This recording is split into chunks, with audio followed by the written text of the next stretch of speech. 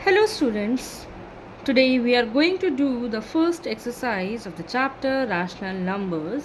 In last video हमने सीखा था about the rational numbers कि integers क्या होते हैं, natural numbers कौन से होते हैं and whole numbers कौन से होते हैं, right?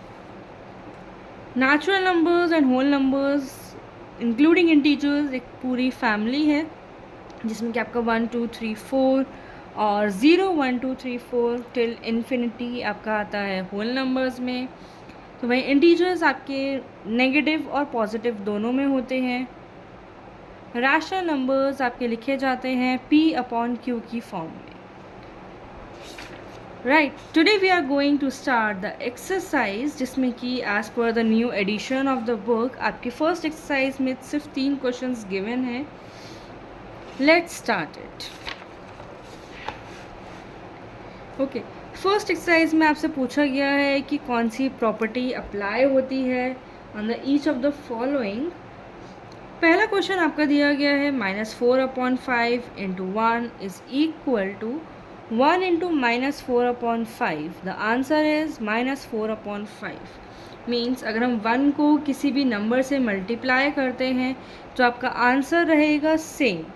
सो यहाँ पे हमारा आंसर क्या हो जाएगा 1 which is a multiplicative property of.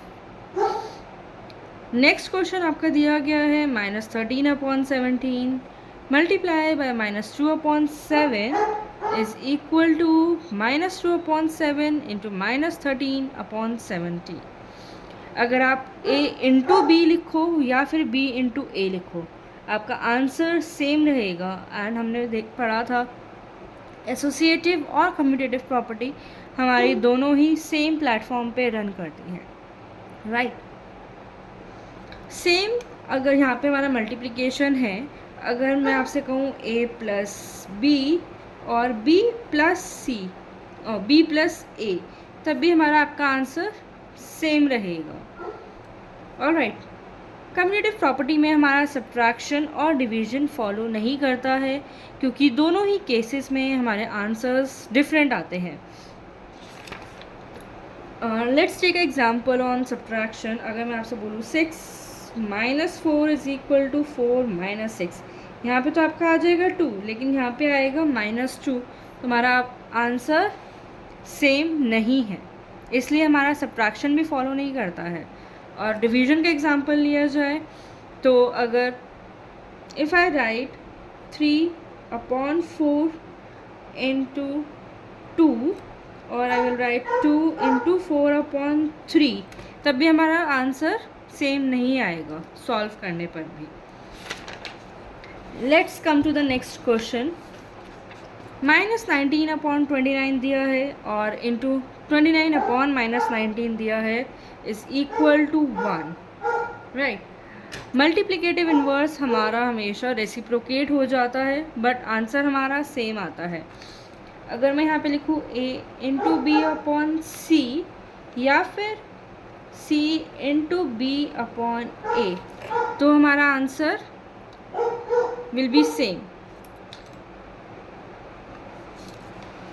Next come to the next question.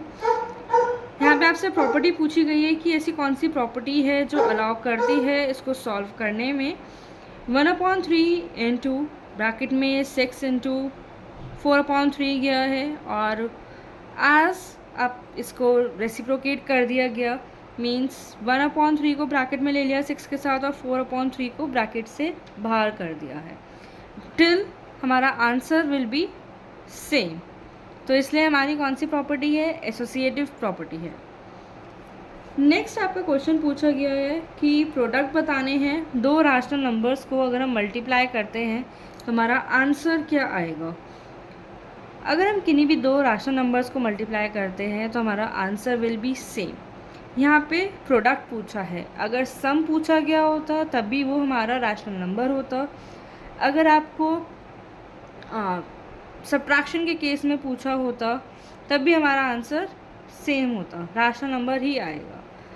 Rational number हमारा किस केस में नहीं आता है, इन केस आपका P/Q दिया गया है और Q जो है आपका 0 आ रहा है, तो उस केस में वो हमारा रैशनल नंबर नहीं होता है। सिमिलरली आपसे पूछा जाए एडिटिव इन्वर्स ऑफ 3/4, तो 3/4 का एडिटिव इन्वर्स क्या होगा? आप अगर 4/3 लिखोगे, आगे माइनस लगा दोगे, तो वो आपका रॉन्ग हो जाएगा।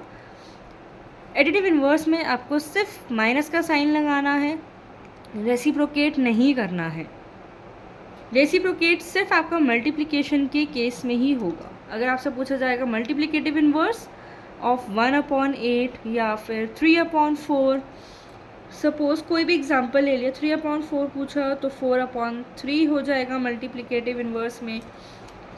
9 दिया गया है, इसका मल्टीप्लिकेटिव इन्वर्स पूछा है, तो 1/9 इसका मल्टीप्लिकेटिव इन्वर्स हो जाएगा। So students, we'll meet you in the next chapter with the same on the same platform, same channel पर मिलेंगे। Till then, subscribe and like my channel.